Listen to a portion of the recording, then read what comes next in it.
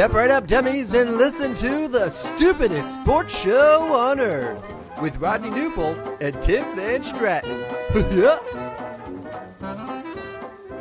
Hello, dummies, and welcome to episode number 36 of the stupidest sports show on earth. My name, as you all know, is Tim the Finnish Flash Van Stratton. With me is Rodney Newpol. Rodney, happy Tuesday. Are you enjoying the warm living room that you're currently in right now?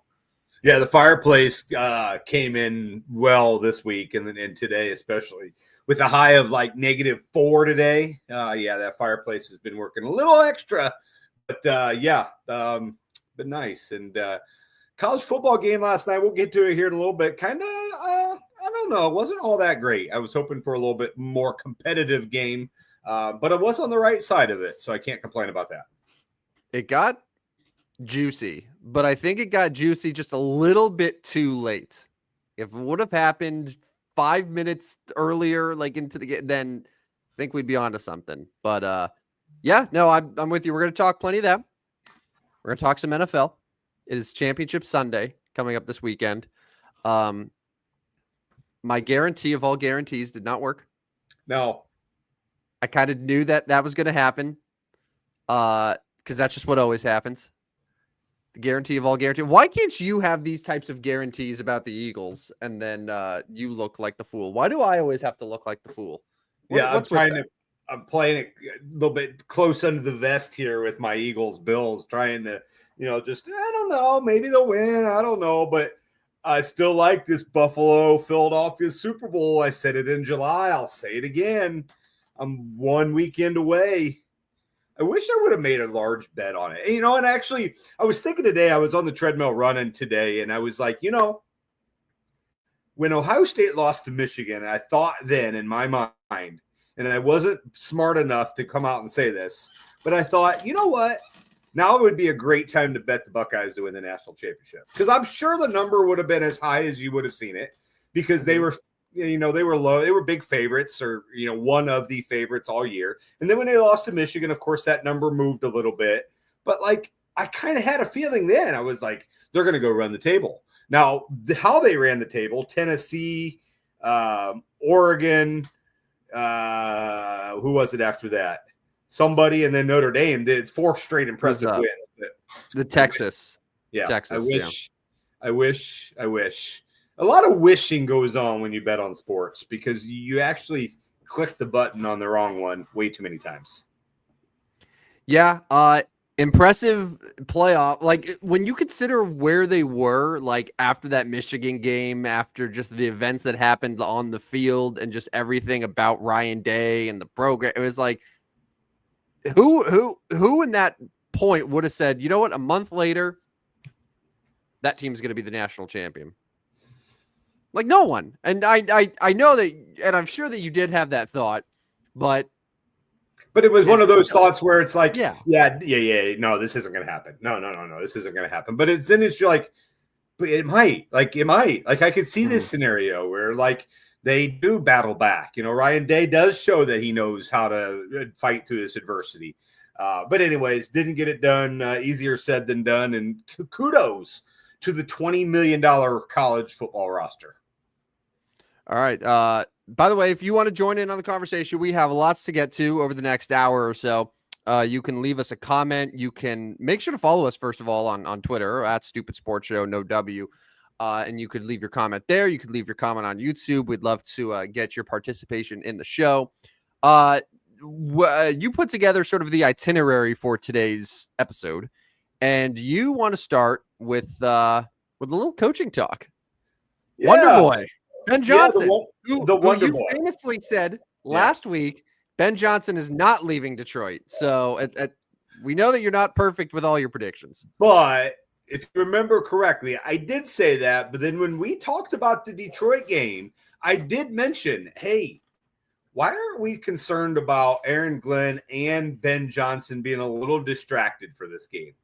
Do we actually think they're preparing their team as well as they should be? Or are they being distracted? It happens every year. And that's what I hate about the turnover of coaching, the transfer portal, all those things where coaches are sidetracked because, like, let's be honest, they were sidetracked. And he's not the reason Jared Goff threw the ball away 4 times. Jared Goff was horrendous. Well, one of those times was Jameson Williams on a play call that was it's a play call that looks really good when it's actually executed, and when it's not executed, it looks really bad. And that was one of those times where your wide receiver just has to know when to throw the ball away. But the fact that we're talking about that is like, oh, maybe we don't call that play. But no, you're right. And there's an obvious fix to this. And you're right. This does happen very often where coaches, these desirable assistant coaches who are in the middle of interviewing with other teams, but still have to coach in the biggest game of their lives. The obvious solution is that you don't have any head coaching interviews until the playoffs are done. No. None. Like that's the obvious fix here. I don't know why that's allowed. And I'm trying to think if there's any other sport where that happens. And I don't think there is. I don't think you have NBA assistant coaches that are interviewing for open head coaching jobs in May during the playoffs. I don't think you have MLB managers that are getting hired, during the divisional round. There's kind of a rule where it's like nothing really happens until after the championship, and that's just sort of how it goes. But the NFL, for whatever reason, it's just they want to get their head coach in place as soon as possible. They're looking at assistants that are currently in the playoffs, and it's just a big mess. And I don't know why that it's allowed. Yeah, I mean, college football does a lot of that as well. So football is the game that does it. And, really what it comes down to is they love the attention. They love the attention of the Monday through Friday coaching news and the Saturday and Sunday games, and the Monday through Friday coaching moves in the Saturday and Sunday games. Because as we know, the NFL does not care about anything else besides the NFL. And that's what they want. And they're doing a great job of it because we talked about it. Every show talked about it. I mean, Dan Patrick and Colin Cowherd, that's all they spent their time on the last couple weeks. Will this guy be a good fit? Will this quarterback and head coach be a good fit? Who are they going to bring in at quarterback if this coach gets brought in? But anyways, the Wonder Boy to Chicago, I thought he was distracted against Detroit, but we'll move on. Now he's got Caleb Williams. He's got some talent here. Yes. But he's already projected 4th in the division. And those 3 teams ahead of them are going to still be good next year. What scenario would those 3 teams not be good next year? Go ahead. Well, I would say right off the bat, Minnesota, let's say they don't re-sign Sam Darnold. They go to J.J. McCarthy, and J.J. McCarthy just looks, because he's essentially going to be a rookie, right? He's essentially going to be a rookie, and he's a young guy too. I think, correct me if I'm wrong here, J.J. McCarthy is younger than Shedeur Sanders and Cam Ward. Yeah, I think that's right. So he's essentially a rookie who's coming off of a major injury. Like, there's a scenario where he doesn't look that good, and suddenly Minnesota's season falls off. Green Bay, like, I think Green Bay is kind of, they're almost to me like the NFC version of the Steelers, where it's just like, that they're going to be relevant, but it's usually not going to end up being, they're elite, they're a Super Bowl team. They kind of just like their ceiling is 10 wins. Maybe you win a playoff game, but that's about it. And then Detroit, like, losing Ben Johnson means losing a lot of what made Detroit's offense so dynamic, and their play calling, and just being able to develop an offensive game plan that's perfectly tailored toward Jared Goff. And maybe they're able to have that same success in-house. Maybe they don't. I don't know. But, like, especially if they lose Aaron Glenn on the defensive side, like, those are 2 pretty significant assistants there. Coming off of a devastating early exit for a team that was the favorite to win the Super Bowl. So what place are you picking the Bears next year? I will say right now the Chicago Bears finish 3rd, but I think that it's a 3rd place that is not a 5-win 3rd place. I think it's like a 7 or 8-win 3rd place. Because they finished ahead of Minnesota? Yes. I'll say Minnesota finishes last again just because of the rookie quarterback and just. Oh, so your prediction? Like Minnesota, there's going to be, it's just natural regression. They won 14 games this year. They're going to fall off. So your predictions are the same as last year that went terribly wrong on Minnesota. Yes, but I'm not going to be terribly wrong for 2 years in a row. Anyways, so I think it was a good hire for the Bears because that was the name that whether it works out or not, that's the name that is getting the most thumbs up from Bears fans, from just in general. That's the guy they needed to go get. Now, we'll see if it works out. We'll see if he can work with Kevin Warren and Ryan Pace in Chicago. We'll see if he can work with Caleb Williams. We'll see what he does defensively. I think he sounds like he might be hiring Dennis Allen. Dennis Allen, a well-known name. I mean, I think he's done a pretty good job as a defensive coordinator. Now, he was a disaster as a head coach, in my opinion. But but he doesn't need to be a head coach. No, coach the defense. Yeah. No, yeah. So, yeah, I mean, I think that was a great, and if nothing else, it was we beat you, Tom Brady. Because Tom Brady really wanted Ben Johnson. And now that begs the question, where's Tom Brady and the Raiders going now? Yeah, I suggested yesterday in our group chat, maybe this opens the door for Pete Carroll in Vegas. He's getting an interview there. He's a big name. I think he could really sort of establish a good winning culture there. He can work with whatever quarterback they bring in. That would be my obvious number 2 there if I'm the Raiders. But other than that, like, I don't really know what direction they're going to go. It's not going to be Dion. It's not. I don't. Yeah, I really don't know right now. I think that they really put all of their eggs into the Ben Johnson basket, and now they're kind of scrambling here. Now, Pete Carroll's obviously not a long-term solution, though. No. I mean, he's already retired once, or I guess forced out, pseudo-retired. Is he a 5-year stopgap, to get the Raiders into the playoffs and into some relevancy? I don't know, but I don't know as if I see Tom Brady wanting to go get Pete Carroll, though. I don't know. But I don't know who his next choice will be. Yeah. I mean, I wouldn't think Mike McCarthy would be a good fit there. So, anyways, but Wonder Boy to Chicago is the biggest news of the day. Let me ask you this. I want to just think about this Ben Johnson fit in Chicago, because I totally agree with you. As far as getting the quote unquote best candidate available, they nailed it. And it reminds me a lot of back in 2022 when the Giants hired Brian Daboll, who Brian Daboll at that time was Ben Johnson in a lot of ways. He was the offensive coordinator who had salvaged Josh Allen's career, who had made Josh Allen one of the elite quarterbacks in the NFL, who took Buffalo's offense to new heights, and they fell short in that classic AFC divisional game in Kansas City. And then Brian Daboll was the hot coaching candidate, getting interviews everywhere, ultimately ends up with the Giants. It was considered a home run. And the first season, it worked. And now things have sort of fallen off a little bit. And I'm not saying that Ben Johnson is going to follow the same sort of arc in Chicago as that, but it does feel like it's just a newer version of how it was when Daboll went to New York.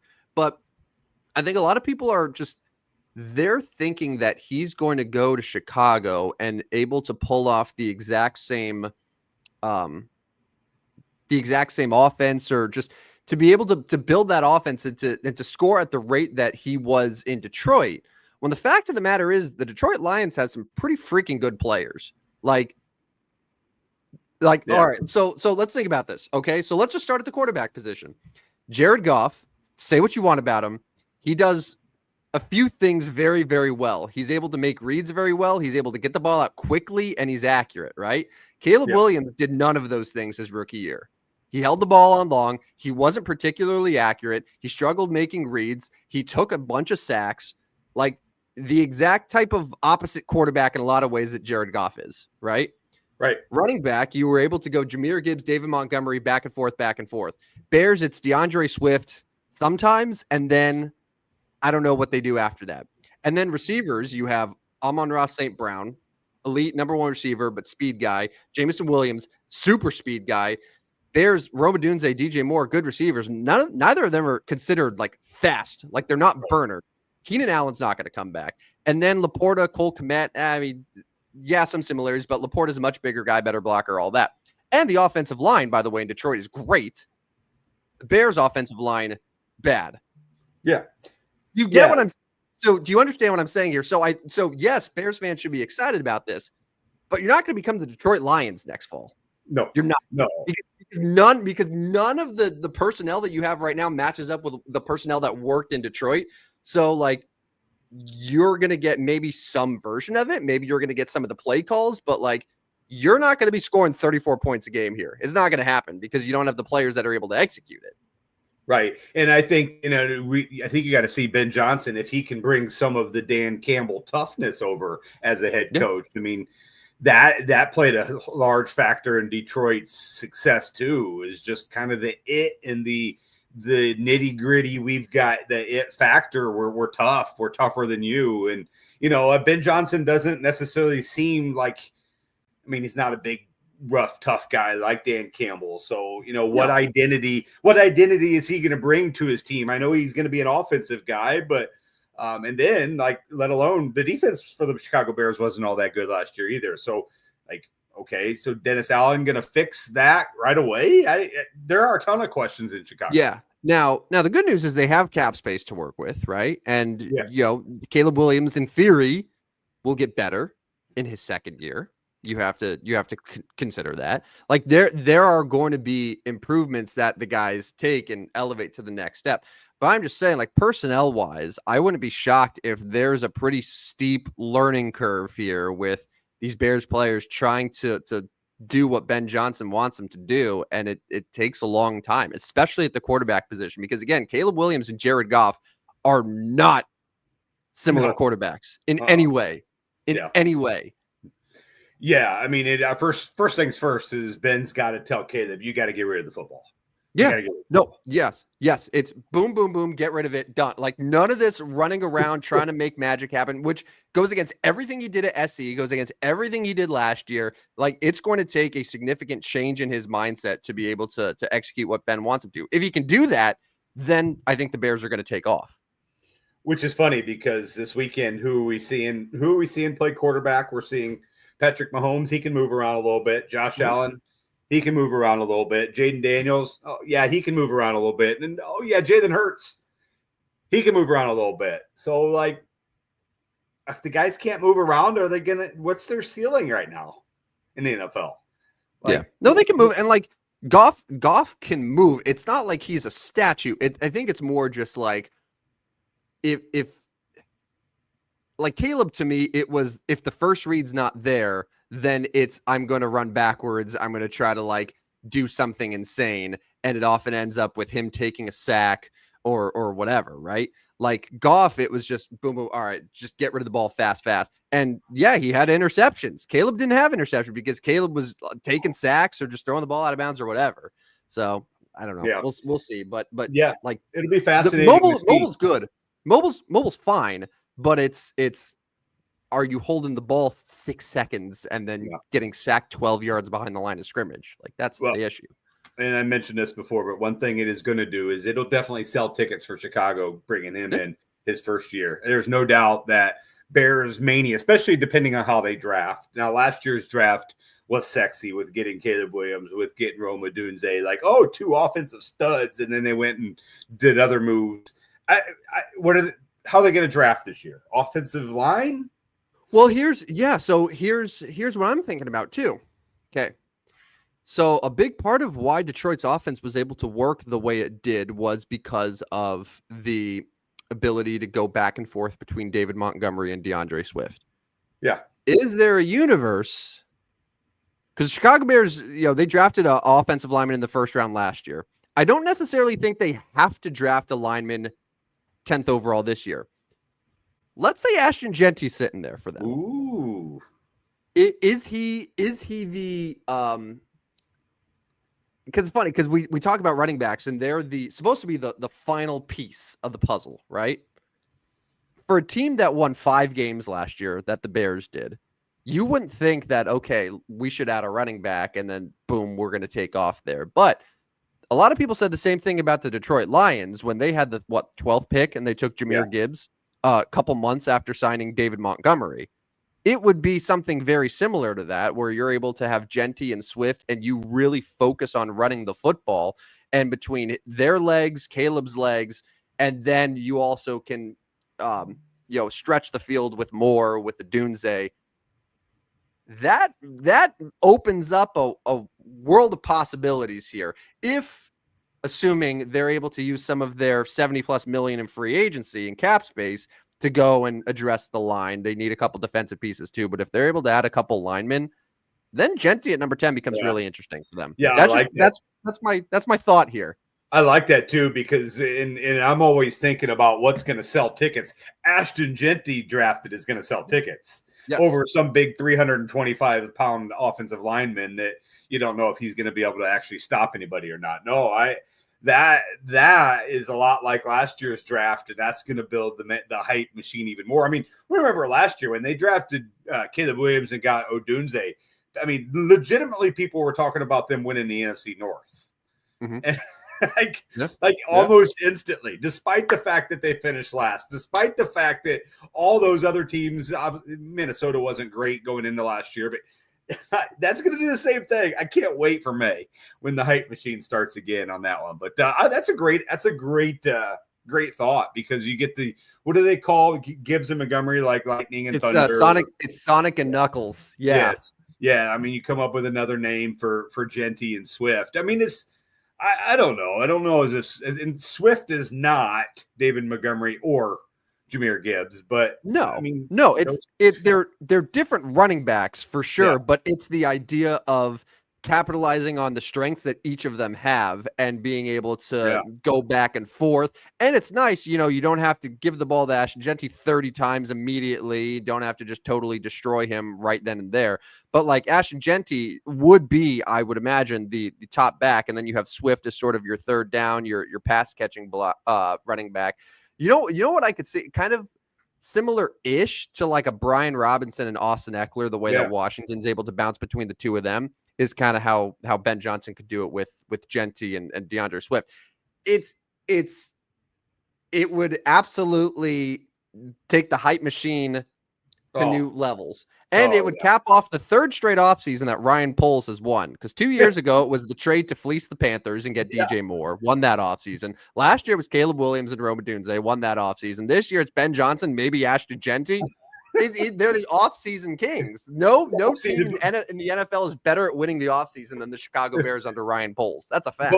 But then when they get on the field, they win 5 games. So that's great. That's a great thought, and one we'll need to come back to as we get closer to the draft. Yeah. All right. Talking some college football here real quick. We mentioned at the beginning of the show, it's funny. 34-23. It was an 8-point game with less than 2 minutes left. It was a blowout, though. I will give you that. It was 31-7 at a point. The game was, I actually, for the first time in months, I opened up a book and I started reading last night during the game, because it was like, well, this game's over. And I put it on mute, but then I would look up occasionally and I would be like, oh, okay, Notre Dame scored. Oh, they got to stop. And then I was like, okay, all right, this is getting interesting here. Everyone's talking about the Marcus Freeman decision when you're down. What were they down? 16 at that point? Yeah, 16, 4th down. I had a couple people try to explain to me why they would kick that field goal. I'm still not buying it. I'm still not buying a 2-score to a 2-score thing here. No, I never understood the thought process with that. Yeah, same. And obviously you don't get the 2-point conversion, and it still stays a 2-possession game. But I didn't understand it. And then he doinked the field goal. What a bad time to doink a field goal. And it really wasn't that long of a field goal. That's a bad miss. And then Ohio State. It was a chip shot. Yeah. Ohio State with a little guts there. Ryan Day and Chip Kelly calling that play call to get the ball down the field. Now, I find that interesting, because if that was a 5-point game at that point, instead of an 8-point game, do they make that play call? Because you make that play call up 5 and Notre Dame picks that off. Now they have a minute 30 plus with the ball, chance to win it. You throw it away up 8. Okay, now Notre Dame's got to drive the field. They've got to score and get the 2-point conversion, and it's still tied. But I did find a little bit of guts, Ryan Day and Chip Kelly, to make that call, and then Will Howard to make that throw to his best player. And that's how a game should be won, in my opinion. You get the ball to your best player. Jeremiah Smith, best player, throw the ball up to him, makes the catch, ball game over. I didn't like the last 20-second field goal because you saw last night, I had I know the Substack was wrong. You can quit reminding me of that. But anyways, I had the Notre Dame, plus 8.5 Ohio State money line parlay. I was so close. Didn't quite get it. Brutal. But yes, the Substack just had the wrong plus minus sign. That's my bad. So did you mean to say Ohio State -9 or Notre Dame +9? No, I was on Ohio State. I took the W on that one, actually. Yeah. Wait. So you won that. So that's what I'm saying. So in the Substack, you had Ohio State, and your description was like, "Oh yeah, Ohio State got them. Notre Dame's not going to hang." And then you send the screenshot of this parlay where you have Notre Dame covering, and I was like, "Look at you, you sneaky dog." Well, I changed my mind. I mean, it's hard, right? Like, you make your pick, and then you're like, you put your money down. It's like, oh no, what happens here? But anyways, But anyways, you saw the screen. It didn't work out for me, and just because of the 30 seconds to go field goal. But good move on the field. I was kind of hoping Ohio State would run a little more clock, try to run a few seconds off and then not even have to kick the field goal, but they didn't quite get that done. So this Jeremiah Smith kid, maybe I'm getting ahead of myself here, but I think he's going to be like an elite NFL receiver pretty much the second he steps onto the field at the professional level. People were saying yesterday, I think it was yesterday, that like if he was eligible for the 2025 draft, is he even 18 yet? He's a young guy. I don't think I'm not sure exact age. If he is 18, it's barely, right? So young guy. They said if he was eligible for the 2025 NFL draft, like he would be a bona fide first round pick and like one of the top probably 3 receivers taken. Yeah, so he is 19. I'm looking at it up now. He is 19, okay. Highest rated receiver in the modern era recruiting history. Yeah, and that's what I wanted to get to next. And that is a big reason him coming back is a big reason they are favorites again. And not only are they favorites again, but they're probably going to spend another $20 million on their roster. But I wanted to touch on that. Ohio State plus 425 to run it back next year. Okay. Texas comes in second at plus 550. Georgia, Oregon, Penn State, and Alabama round out the top 6. You're fighting Illini up there in about the top 12 or so. So see the orange and blue. Are you talking to the audience or just me? I was talking to you. Okay. Yeah, of course. Famously, my fighting Illini, of course. Texas with Arch is an interesting one. Yeah, I mean, like, listen, the SEC, based on these last 6 weeks, no one is going to be very high on the SEC going into next season. You saw the first year with Kalen DeBoer, so like Alabama's not going to be considered the mega threat that they normally are. Georgia lost Carson Beck, so they kind of an unknown situation at quarterback now. LSU's going to hang, but like, what's their ceiling? And like, there's a lot of other teams that are sort of going through some things. You know what? Tennessee might be the sleeper there that I think a lot of people are kind of overlooking. But I could see why Texas with Sark, with Manning now, the junior stepping up, being the starter. They got a whole offseason with him as QB1 wide. Like, they would be considered to be the top sort of threat to Ohio State. But all that makes sense. I don't have any big. Right now, the Big Ten. Right now, the Big Ten is running college football. I mean, it was evident this year. Ohio State, Oregon, probably the best 2 teams. Mm-hmm. And honestly, I know we like to poke fun of at these guys because they lost 2 games, both kind of in blowout fashion. But the Indiana Hoosiers lost, to Ohio State, and they lost to Notre Dame. Yeah. So I mean, Indiana. Obviously, not big favorites to run it back next year. In fact, not even in the top 10. Well, I think Rourke is declaring, or is he coming back? Yeah, they're not going to be, but like the Big Ten was legit this year, very legit, and they're running college football right now. And you've got Ohio State, you've got Oregon, you got Penn State, 3 of the top 5 coming in next year, and Michigan has moved up into like 10th range. They're going to have some good players come. I mean, they got the Underwood kid coming in. It's supposed to be one of the best players in the country, so it'll be interesting to see. But college football is going to kind of go for a while, and we'll read. And that's the thing about college football is like NFL we talk about all year. College football will probably be like August 1st, and they'll get back to it. Mm-hmm. So college football also needs to end a lot earlier than January 20th. Yeah, I saw a lot of people pushing. They think it should be New Year's Day. So you kind of have to reconfigure the schedule a little bit. But why couldn't you move some of those? Not even New Year's Day, but like probably. What was the national championship before? January 7th, 8th, 9th, something around there. I think that's totally fine. I don't know, just college football game on January 20th after you have the NFL already down to its final 4. And people are saying, I feel like there's no hype for this college game. And I don't think it had anything to do with the matchup. I think it was really late and people were like, oh shit, yeah, college football's still going on, I guess, because everyone had already moved on to other things. Like you had the inauguration that same day. People were already focused on NFL. There's like a lot of other things going on. And I think it just got lost. So yeah, I think in the next couple of years, you're going to see them sort of reevaluate the schedule a bit. At least they should, in my opinion. Well, yeah. Why do you need all of December off? Why that's what I'm saying. You don't.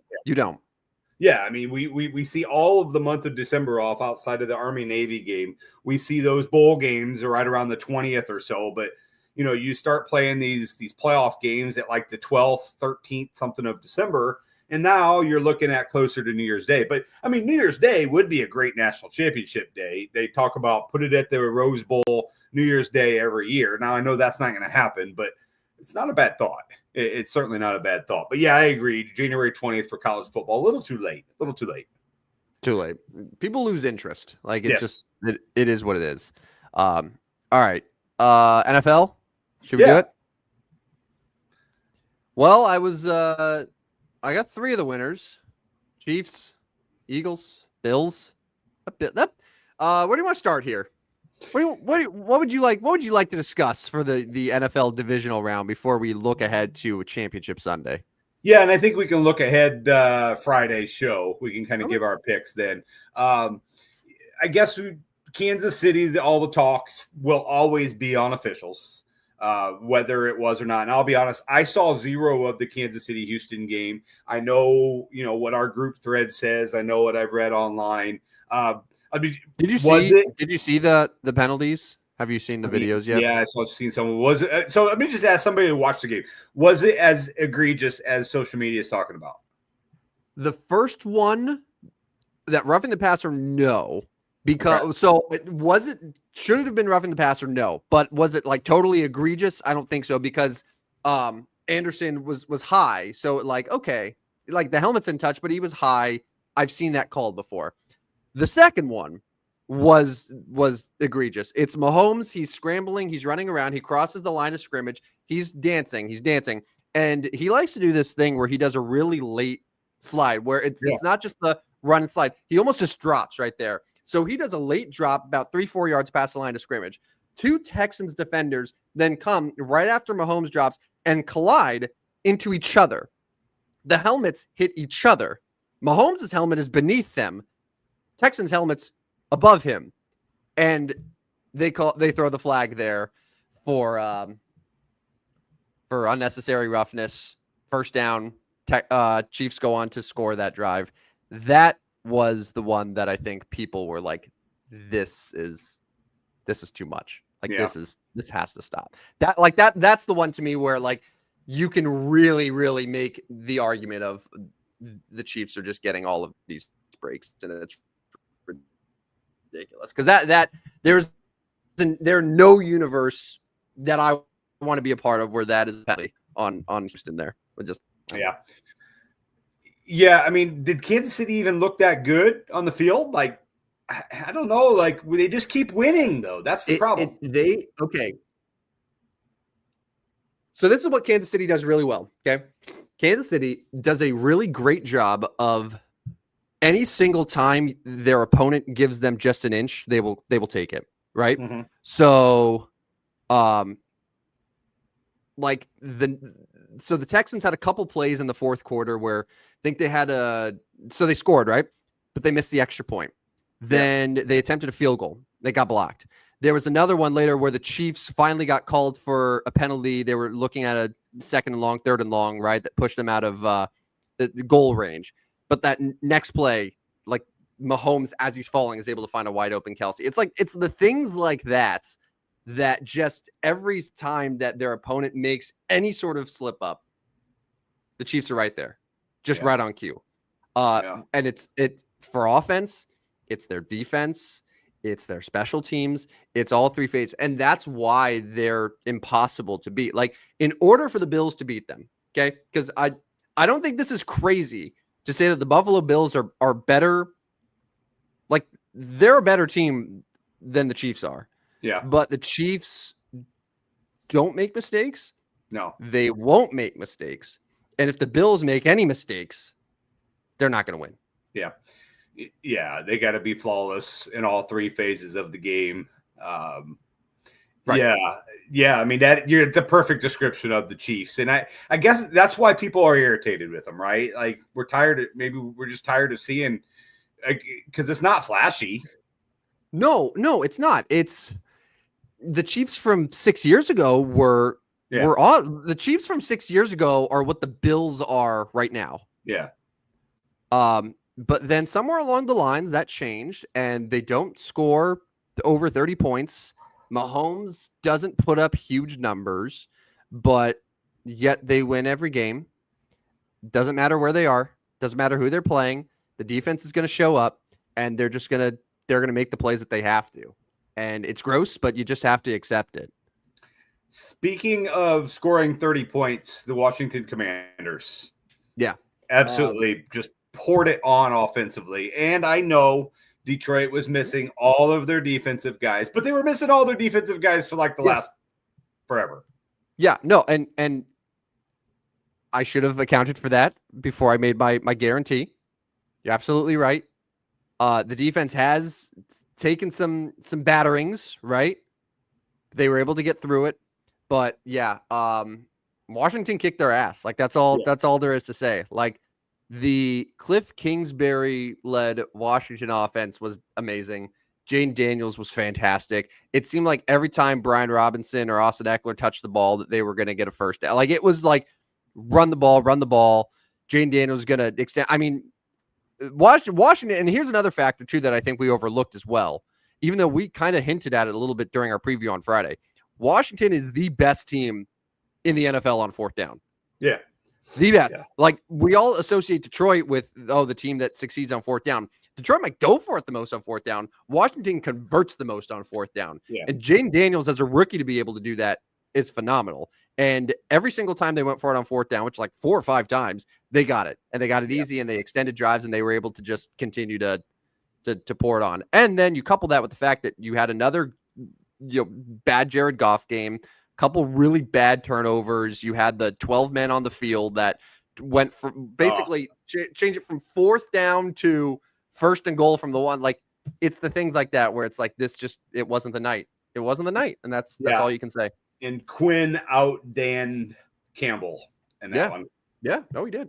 Yeah.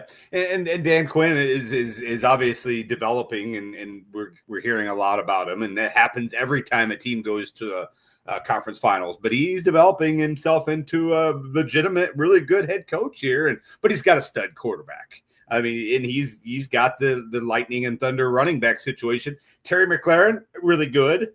And this De'Ami Brown guy seems to be maybe a legit receiver. Zach Ertz as a kind of a safety blanket. I mean, they've got the pieces. They've got the pieces here. We've slept on Dan Quinn for too long. So Dan Quinn in the last 10 years, okay, this was his resume. The defensive coordinator for the Legion of Boom Seattle Seahawks. The 2 years that he was the defensive coordinator were the 2 years that they went to the Super Bowl. Yeah. Okay. He then became the Atlanta Falcons head coach and was the head coach for the MVP Matt Ryan and the 28-3 Falcons that were like should have won a Super Bowl. Should have won Yeah. a Super Bowl. Everything went wrong and just Brady devil magic, whatever. But like the best season that the Atlanta Falcons have ever had and took them right on the cusp of winning a Super Bowl, right? Goes to Dallas. The 3 years that he's in Dallas as their defensive coordinator, elite defense. Micah Parsons, amazing. He leaves, and the first year that he's gone, the defense becomes shit. And now he goes to Washington. He's the head coach, and Jane Daniels is going to be the rookie of the year in the NFC title game. Like a 10-year run, like he's exceptional. Yeah, and more people need to talk about it. Yeah. Yeah, you're right. I mean, everybody wanted to talk about Dan Campbell because of his up and coming Lions, and it was like, yeah, this Dan Quinn guy is pretty good too. But yeah, and it'll be interesting to see, and we'll talk more about this on Friday. It'll be interesting to see him and how they're going to game plan against a team they're very familiar with. Yes, they beat the Eagles in the last meeting, but that was when Jalen Hurts went out. They kind of had to come from behind. I remember that one really well because I was in the airport watching it. I'm not even going to tip my hand on how I'm going with this game, but Eagles, Commanders. I know how you're going. No, I know how you're going already. You don't need to allude to anything, buddy. I know you've been saying Bills Eagles for 20 weeks. Yeah, but there's spread on this one. Sunday, the snow game. I thought that was fun to see a lot of snow there towards the end of that game in Philadelphia. Tough to see Sean McVay's team go down. They went down with a fight. In fact, they threw the ball near the end zone to the chance to win the game late. But Saquon Barkley still really good at football. Your buddy Nick almost blew it there with some of the play calling to even give the Rams an opportunity then to come back into that game. I just want you to acknowledge that. Yeah, by the way, he had a banged up Jalen Hurts. Yeah. Jalen Hurts was banged up. Yep. Is Jalen Hurts going to be 100% on Sunday against Washington?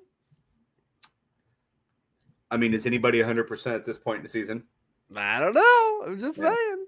Just hand the ball to Saquon. Hand the ball to Saquon. So when we were talking about the last time that the Rams and Eagles had played, I mentioned, Saquon Barkley ran for 255 yards. Like, you got to think that's not going to happen again. Ran for 205. Yeah. The whole hitting his helmet on the way in the end zone. Yeah, that was an impressive game again.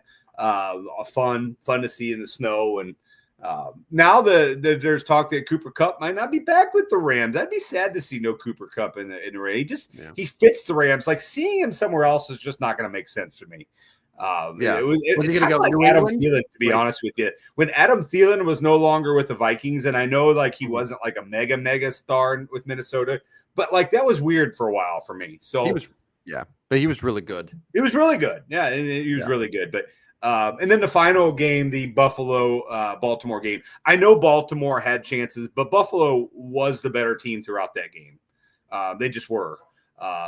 They found a way to slow down Derrick Henry.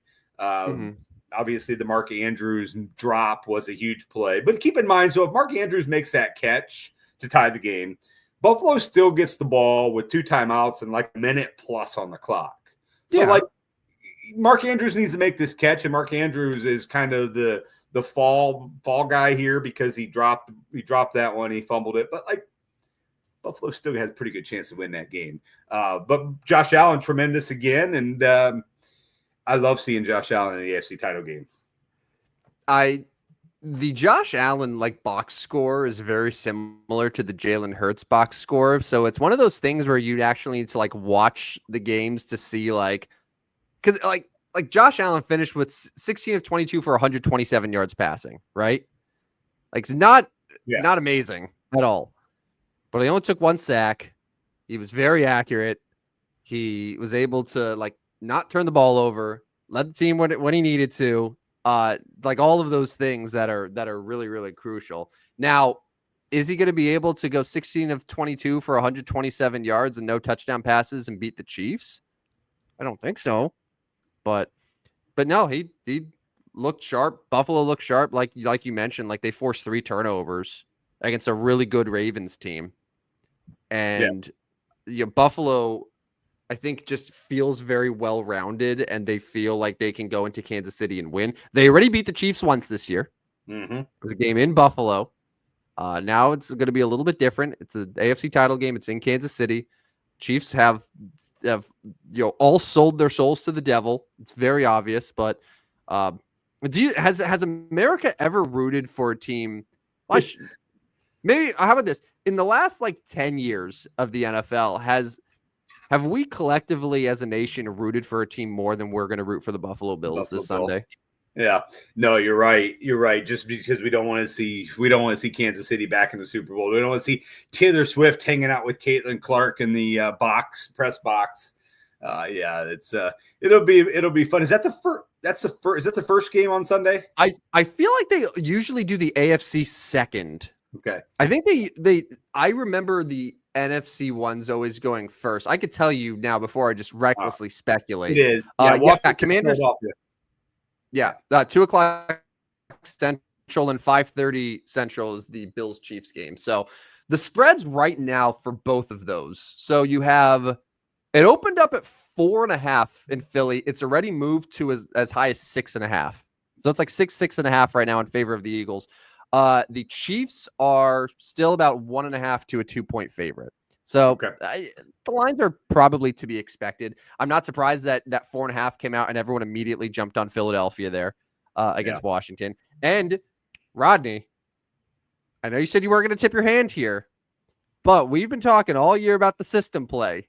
And after Washington had to go tit for tat against the Lions in a must-win game, now they got to go to Philadelphia. Like this would be a system play here, saying that the Eagles win in a blowout, and I wouldn't be surprised by that. But Washington has surprised us time and time again. So I guess you'll have to tune in Friday at 8:00 and find out if the system play is going to play one more time into this season. It worked out really well this last week and all the weeks. I mean, all the weeks but one. And then Skeeter's like, the system's not real. It was real all but like one game this year. It's real. It's real. Vikings week 18. How'd that go for them against the Rams? Right. Yeah. Anyways, so let's move off football real quick because I know, and we're at about 48 minutes here. So here's what I want you to do. First of all, I want you to stay calm, and I want you to tell us about the Hall of Fame vote that happened tonight and who's getting in.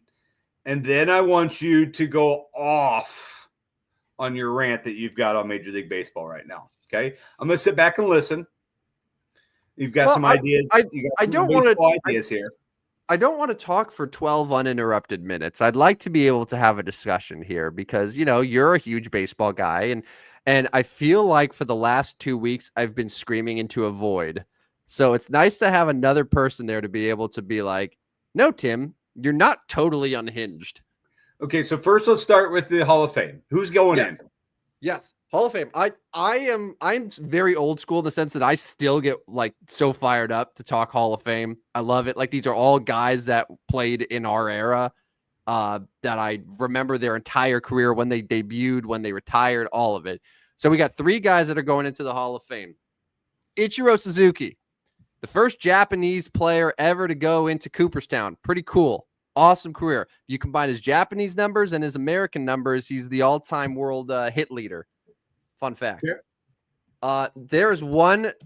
I don't know what the proper insult is for this person, but one person decided to leave Ichiro Suzuki off their ballot, so he finished with 99.7% of the vote. Mariano Rivera is still the only unanimous Hall of Famer in Cooperstown. Do we know the name of the person that left him off? No, not yet, and I doubt we're going to, because how it works with these Hall of Fame ballots is every single ballot, because like the people that posted on Twitter or wherever, and they're like, "Here's my ballot, here's what I voted for," because they like to write articles beforehand to explain why they did what they did. But each ballot has a little box on the bottom that says, "Check yes if you would like your ballot to be made public 14 days after the vote." You say yes, you say no. So you can, in theory, not post a photo of your ballot. You could just say no. And like all the names are out there, but like we don't know all of who that writer voted for, if that makes sense. So I doubt, just like with Jeter, I doubt we're going to know the one person who said, you know what, Ichiro Suzuki? Sorry, not a Hall of Famer. But who are the other 2? CC Sabathia gets in, first ballot. He was all in the 90s, but then he fell all the way down to 86.8. Still more than enough to get in his first time around. I learned tonight only the third left-handed pitcher to have 3,000 strikeouts in a career, joining Randy Johnson and Steve Carlton. It's pretty cool. Not a lot of guys like CC anymore, just workhorses that just threw a shit ton of innings and just never missed starts and just consistent, clutch, good champion, Cy Young winner. Easy. And then the third one was a little bit of an older guy because this was his last year on the ballot, Billy Wagner. 10 years. At one point, he was only getting about 10% of the vote, but like we've seen with guys like Todd Helton, like Scott Rowland, support starts to climb. And now in his final year, he gets 82.5%. Billy Wagner, if you look at his numbers, Rodney, you should go take a look at Billy Wagner's numbers sometime because you'll be amazed at how good he was. His ERA, his whip, his strikeouts. I mean, he had more strikeouts than Mariano Rivera did and like 200 less innings pitched. Oh, trust me, I am very aware of Billy Wagner. He, long-time Houston Astro, haunted the Cardinals for a long time. Yeah, excellent. So, yeah. Like if you hold up his numbers against Trevor Hoffman's numbers, right? And Trevor Hoffman was Hoffman, I don't think was first ballot, but he got on probably within the first couple of years. But like Billy Wagner, better, like across the board. The only thing that Trevor Hoffman had was saves. That's it. Yeah. So Billy Wagner deserved it, and that was exciting to see. So the other ones that finished just short. Carlos Beltran, now in his third year, ended up at 70.3. So just a few votes short. You have to imagine at this point that he's going to get his name probably next year. Then Andrew Jones was the only other one that was moderately close at 66.2%. He has 2 years left on the ballot. And then everyone else, Utley was sub 40, A-Rod sub 40. Manny has 1 year left after this. So it's 34%. And then, just a bunch of guys that are going to be good. Hang on. Like what I'm interested in is like the guys that are lower now who are eventually going to get their names called, like Francisco Rodriguez, like Dustin Pedroia, like Jimmy Rollins, those guys that are getting support and that are still young, and it's going to continue to climb here. So we'll see what happens there. But three guys. And I next year's class, I don't know if you've looked, it's Cole Hamels and Ryan Braun are the two probably best players. Ryan Braun ain't going to get it because of his juicing scandal. And Cole Hamels, I got to take a dive into Cole Hamels a little bit, but I don't know if I see Hall of Famer there. So we might be looking at like Carlos Beltran and maybe Andrew Jones, and that's it for 2026. So now we move to some of the recent news in Major League Baseball, and some of it's had you fired up. So it seems like the Dodgers are grabbing players. All right. So there's a couple things that I want to preface here. Do I hate the Dodgers? Yes. That's probably factoring into my bias a little bit. But that doesn't necessarily mean that I am ignoring the fact that there is a massive, massive problem in Major League Baseball in terms of the inequality, the wealth gap, if you will, of teams. Right now, the Los Angeles Dodgers, one offseason after handing out over $1.2 billion in contracts to Ohtani, to Yamamoto, to Teoscar Hernandez, have thrown close to $500 million in contracts to Blake Snell, to re-signing Teoscar Hernandez, to Tanner Scott. They were able to now sign Roki Sasaki for basically a rookie level minimum deal to add another arm to a rotation that on paper looks to be probably the best rotation since maybe the Phillies when they had Halladay and Lee and Hamels and all those guys. I mean, it is absurd. They have bolstered their lineup. They have a perfect starting rotation. They have now about 5 guys in their bullpen that were all closers, like recently, that all have closing experience. They continue to buy players. Their tax payroll right now, according to Spotrac, is $372 million. The next highest is the Phillies at $298. So they have about an $80 million gap in their luxury tax between them and the next highest team.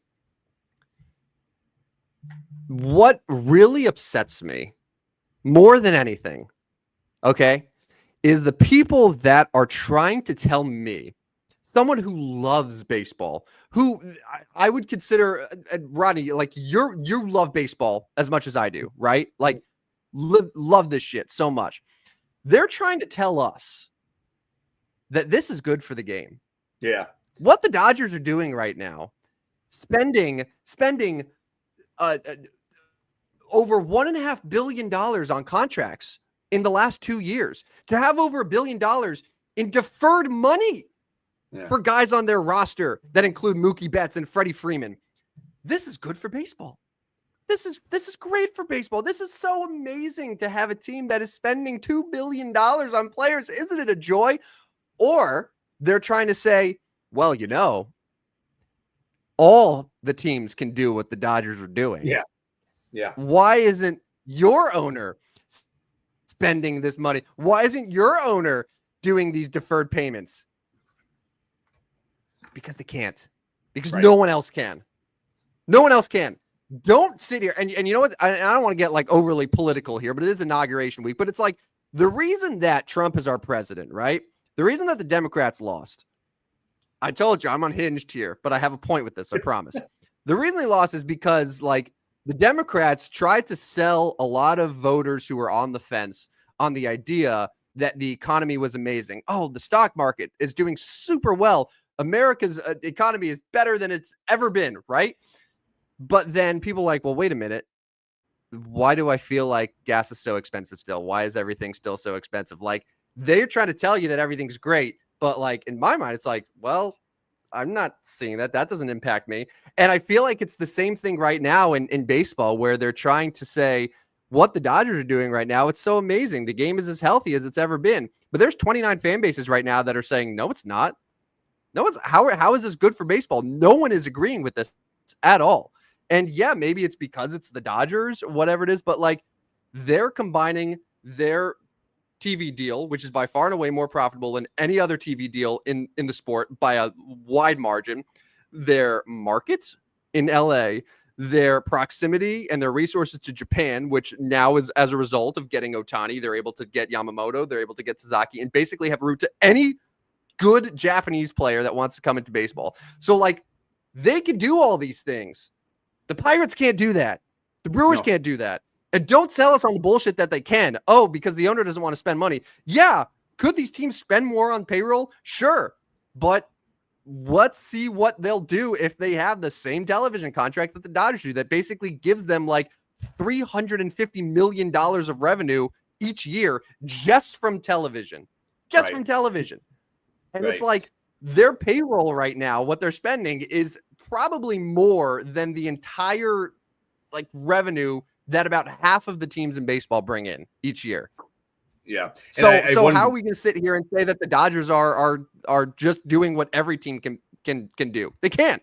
They can't. They simply can't. I want to bring up. It's gonna ruin the sport. You know how much money my Cardinals have spent this offseason? Oh, it's nothing. And listen, zero. Listen. They have not paid a single player this season. Yes. And this leads me to something that I would like to discuss. I would like to discuss how to fix baseball. Okay. I want to fix baseball. And there's a couple ways that this can happen.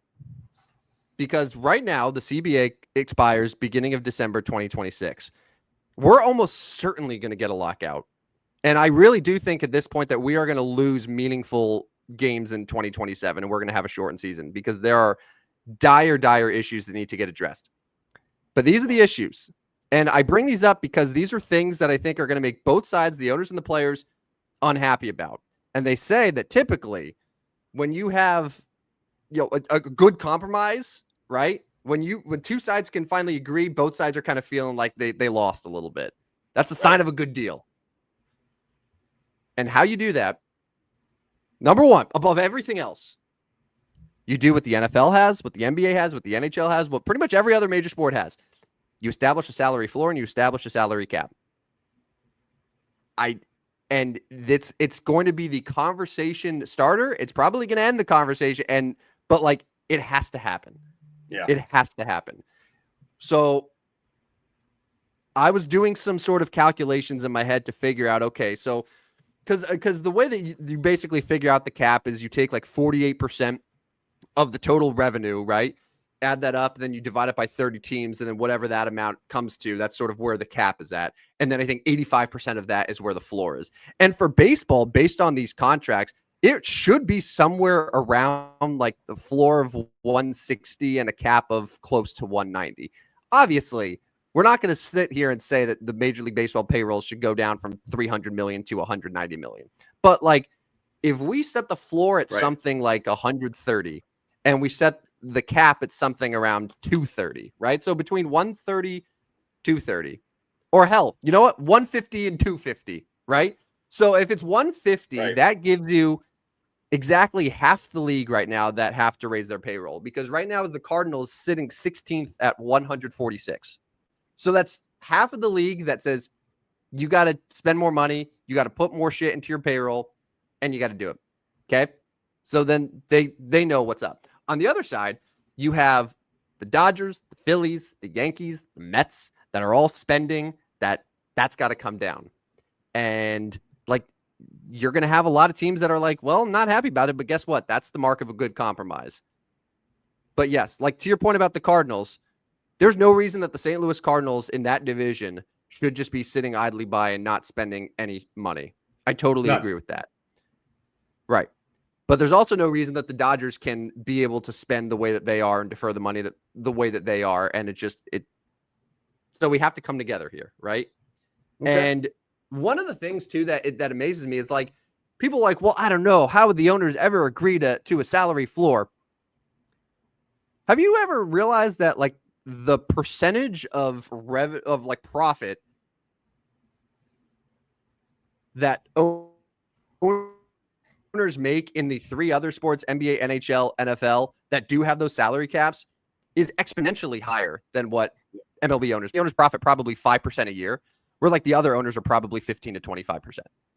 Okay. So it would be good for them. It would be good for them. And like for the player side, oh, we don't want to have a salary cap. Well, realistically, okay, probably 5% of the players are actually going to be harmed by it, because you're not going to have Juan Soto making $750 million. You're not going to get Shohei Ohtani $700 million contracts. You're probably not going to get guys even in the $500 million contracts. But like, how many of those guys exist compared to the number of other players that are in Major League Baseball? Yeah, it's the top 20 players. Right. So it's the top 20 players. So, but there's 26 active guys on 30 teams. That's a lot of players. A lot of mid-level guys that are now actually going to be getting money, because you're going to have half the league that needs to meet a salary floor. So if anything, you're helping most of the players. And to go back to like politics here, it's the whole thing where it's like you have the top few that are sort of controlling all of the wealth, you know, the Juan Sotos, the Otanis, whoever, that are trying to like make it seem like, oh, it actually, salary cap would harm the rest of the players. But no, it actually would help them quite a bit. But you just don't want to give up your fair share. That's the most important thing. You get the floor, you get the cap. Will it happen? I don't know. But like, some version of it needs to happen in order for this sport to be saved. It's necessary more than ever before. Number 2, I have 3 things, by the way. Yeah. And if you have any sort of thoughts here, Roddy, please, because I don't want to get too crazy and sound like a Looney Tune here, all right? No, they all said that everything sounds legit so far. I'm listening. All right. Number 2. This goes back to the whole thing about Roki Sasaki being able to sign with the Dodgers. Imagine back in 2018 when Luka Doncic was winning MVPs in the EuroLeague, right? Yeah. Luka Doncic, in order to come to the NBA, was drafted. It was drafted by, went to Dallas. Imagine if Luka Doncic was able to be like, you know what? I am the top international prospect. I'm going to be a future All-Star, but I'm going to choose where I sign. I'm going to sign wherever I want. Doesn't happen like that. Right. Not how it works. Alex Ovechkin, when he came over from Russia 20 years ago, do you think he was like, you know what? I'm going to choose who takes me? No. Tough. You enter the draft. You go to Washington. That's how it works. That's how it works for every other prospect. So there are 2 different ways that you can approach this. Number 1, anyone that is under, let's call it 25, right? Anyone that's under 25 years old, an international player, you either have your own dedicated international draft, same that works as the regular MLB draft that we have in the summer, except it's exclusively for players from Japan that are of age, from Cuba, from the Dominican Republic, wherever. Right. Number two, those players, if they want to come to Major League Baseball, have to join the regular draft. So like Roki Sasaki, for example, if he wanted to come play this year, then he would have to enter the 2025 draft, and he would probably be the top choice for the Washington Nationals or the Angels pick it second or whoever. So it's like, why is it that baseball, if you're international, you can sign wherever, and teams that have more resources to be able to scout these guys in these different countries, like the Dodgers that they have now with their Asian pipeline, can just go and they can make these connections happen. No other sport has that, nor should they. So makes sense. This is the other thing. That's the other part. And then the third one, and this I don't have to get too sort of bogged down, and it goes back to the thing about the Dodgers with their TV deal. Their teams split, like the MLB revenue share is all of the local revenue that you earn. So which includes tickets, which includes parking, which includes concessions, which includes TV to a degree. All of these things, you get a certain portion of it that then gets pooled in, and then it gets divided amongst the league. People have noticed, because baseball has more of their revenue coming from local TV deals than any other sport. Like NFL doesn't get anything from local TV. It's all national. And NBA, NHL are probably 12%.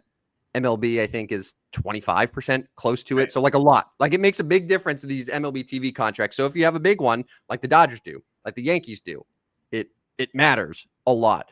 So you can figure out a way to give the teams that don't have as favorable of a TV revenue a larger share of the pool, or you can do something I think MLB is really flirting with because of the regional networks that are getting destroyed.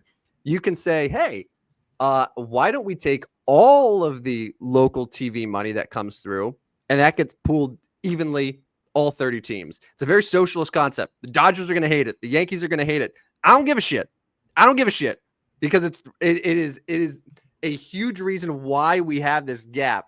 Yeah, that we do currently. And like MLB, I think, is really flirting with the idea now of having a sort of centralized media deal where they're the ones that are sort of in control, very similar to how the NFL is with its own product. It's much harder to do it with baseball because there's games every single day and you have 30 markets, but that is something that I think needs to be addressed to some degree in terms of how these teams that are in Miami, that are in Sacramento, I guess, or wherever, are going to be able to make up for the fact that the Dodgers can get $300+ million a year for their TV deal, but yet the Orioles or whoever will be lucky to get $40 million.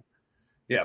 Now the biggest question is do you trust in Rob Manfred to come up with any of these ideas? No, I don't. Execute any of this plan?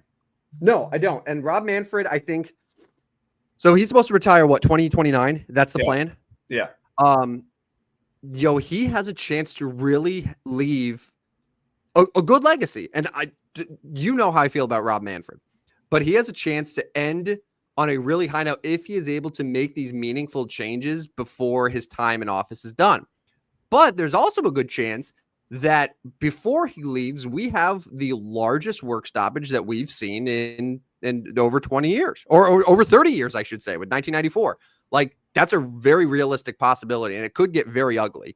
And like, that's the note that he wants to go out on. Like, I don't think so. So it's in his best interest to really try to navigate a compromise that makes these changes, because it's the game's not going to be in a good spot if these things, or at least some version of this stuff, isn't addressed here. You cannot have a team that dedicates close to $400 million to its payroll and a team in the same league that dedicates $60 million. You can't do it. No, you cannot do it. It is not feasible. It is not practical. So you have to address both sides. You got to piss off owners. You got to piss off players, but that's the mark of a good deal. Yep. And if you do those things, then I think you are on the right track. Let's come back to this after Super Bowl, maybe a before March Madness. I'll have some more thoughts. I'll come up with some thoughts from this. I wanted to hear your side. It all makes sense. It all makes sense. And there's a lot of Major League Baseball talk that we want to get to. And you threw me, and maybe we'll bring this one up on Friday. You threw me a wild Brian Giles stat the other day that we'll get to. So I'm going to tease that for Friday. I was kind of blown away by that one. So keep that one on your bookmarks, and we'll come back to that for Friday. We are overdue on our time tonight, but I think that was an epic rant. It was epic. I'm sweating.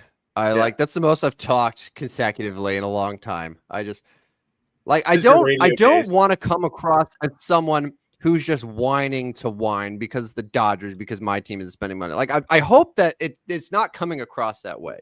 But like I'm just trying to be realistic here and say that they're just shit isn't working the way that it's currently set up, and something's really got to change. Otherwise, we're going to be in some trouble. Like it could have been the Dodgers doing this. It could have been the Mets doing this. Like whatever. Like, so that's my rant.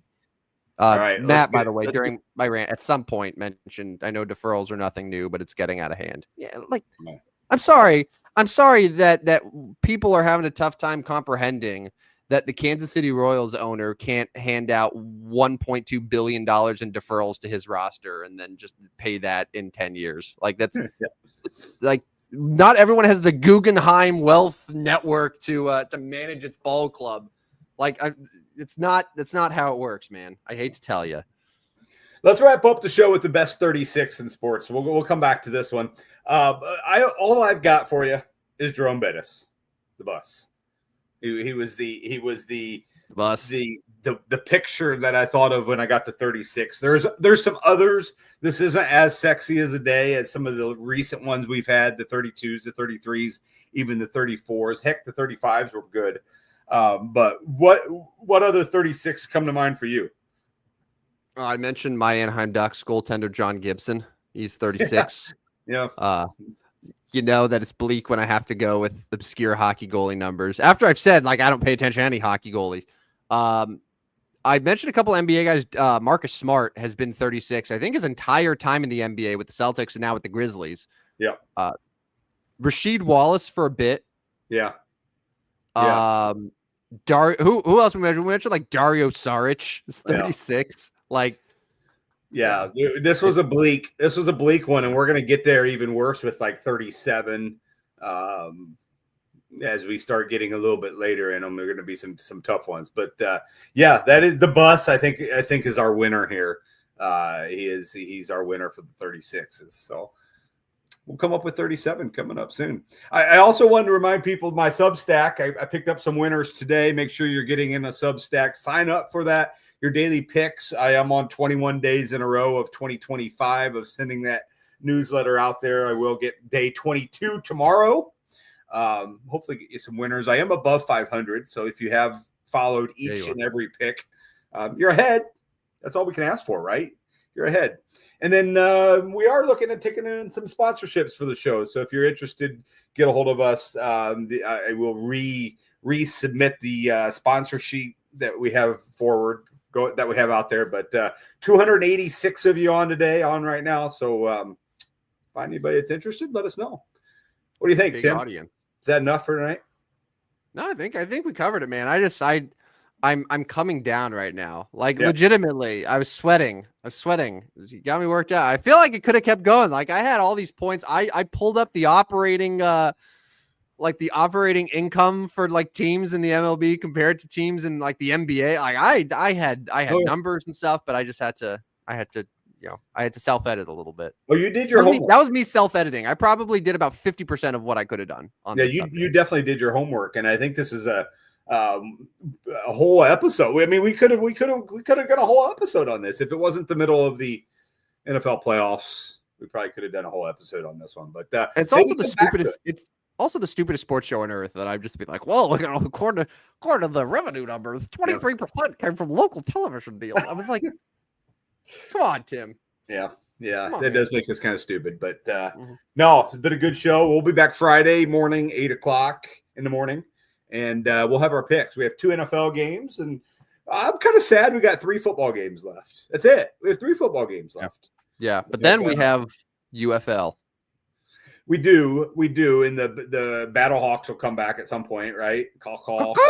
Yeah, we'll come back with the Battlehawks and NCAA tournament. I know your Bradley Braves. You're very proud of your Bradley Braves. Maybe have a little epic NCAA rant coming up. I know we talked about that with the mid majors and their opportunities, but we'll see how it all plays out. But a lot of college basketball talk over the next 6 weeks. Major League Baseball. Spring training underway here in 2 or 3 weeks. I saw it. I think pitchers and catchers in about 3 weeks. Yeah. Cardinal Caravan just came through town. First time I've missed it in over a decade. I was wondering because normally you go, and I did not see any pictures from you. I was like, that's surprising. What was the reason for that? I'm mad at them. You're protesting? If they're gonna spend $0 in free agency, I'm not spending $3 to go see them talk. I heard it was pretty weak, and I'm not surprised. If you saw the names that came, pretty weak. It was bad. It was the worst one they had. They're not trying on the field. They're not trying here in Peoria. They always bring Ricky Horton as the PA guy too, and I'm not. It's not him. He's not it. And I didn't get there and. Yeah, first time in over a decade I haven't gone. So, but Nolan Arenado's still a Cardinal. We thought his ass was going to be gone. I'm starting to think that he's going to be there because it seems like no one wants him. Well, yes, but GM says, president of baseball operations says number 1, number 2, and number 3 priority is trading Nolan Arenado. So, so even if you do have him, you don't want him there in the first place. Like you don't want him there. And the word now is the team captain in the clubhouse for the St. Louis Cardinals. Have you heard this one yet? The team captain, the clubhouse leader for the St. Louis Cardinals is no other than, just take a guess. I'm trying to think of who's even still. Is Matt Carpenter still there? Matt Carpenter's not there. Wouldn't be surprised if he's a March signing though. Yeah. Oh yeah. All right. I'm gonna say Brendan Donovan is now known as the clubhouse leader for the St. Louis Cardinals. You went from Yadi Molina and Adam Wainwright to Brendan Donovan. Yeah, Paul Goldschmidt. And but the good news is Wilson Contreras wants to be there. So kudos to that. He wants to be in St. Louis. But anyways, that's enough. Hour 18. We're done for the night. Follow us on Twitter. Don't put the W at the end. Stupid Sports Show. Sign up for the Substack. Sponsor the show. There we go. All the great things. Oh, and listen to us on Spotify, Apple, and iHeart. Tim? And we're going to fix baseball. Okay. Yeah. It's going to take some work, but we're going to do it. Time to get out of here. We'll talk Friday. Sounds 8 a.m. Central Time. Let's have a good few days here, and we'll see you then. Good night, everyone. This is the stupidest sports show on earth. See you guys.